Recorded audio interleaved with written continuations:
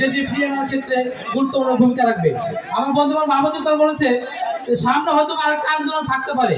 সেই আন্দোলনে গত জুলাই আগস্টে ঢাকার সাথে তাল মিলিয়ে সাভার আসলে এবং ধামরাইতে যে আন্দোলন আপনারা করেছেন, আমার মনে হয় না আর কোনো আন্দোলন আপনাকে পিছিয়ে রাখতে পারবে।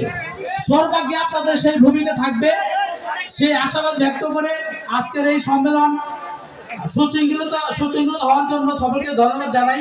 এবং কি অনেকেই পদপ্রার্থী থাকে, হয়তো সবাই তার সুপার 2 বা সুপার 5 আসতে পারবে না, কিন্তু যে অবস্থাতেই থাকবে সেই অবস্থা থেকেই দেশকে একজন তারা তোমরা হাতকে শক্তিশালী করতে হবে।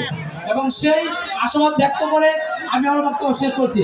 বাংলাদেশ জাতীয় ছাত্র দল জিন্দাবাদ, দেশকে একজন তারেক রহমান জিন্দাবাদ, শহীদ প্রেসিডেন্ট জিয়া রহমান অমর হোক, আবশ্যক নেত্রী দেশনেত্রী বেগম খালেদা জিয়া জিন্দাবাদ। আল্লাহ হাফেজ।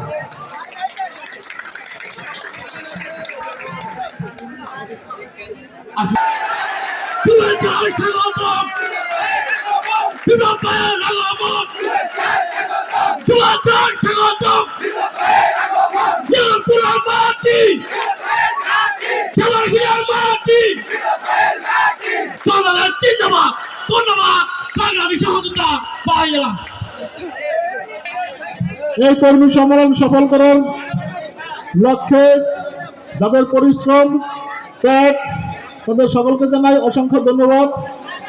আমাদের মাঝে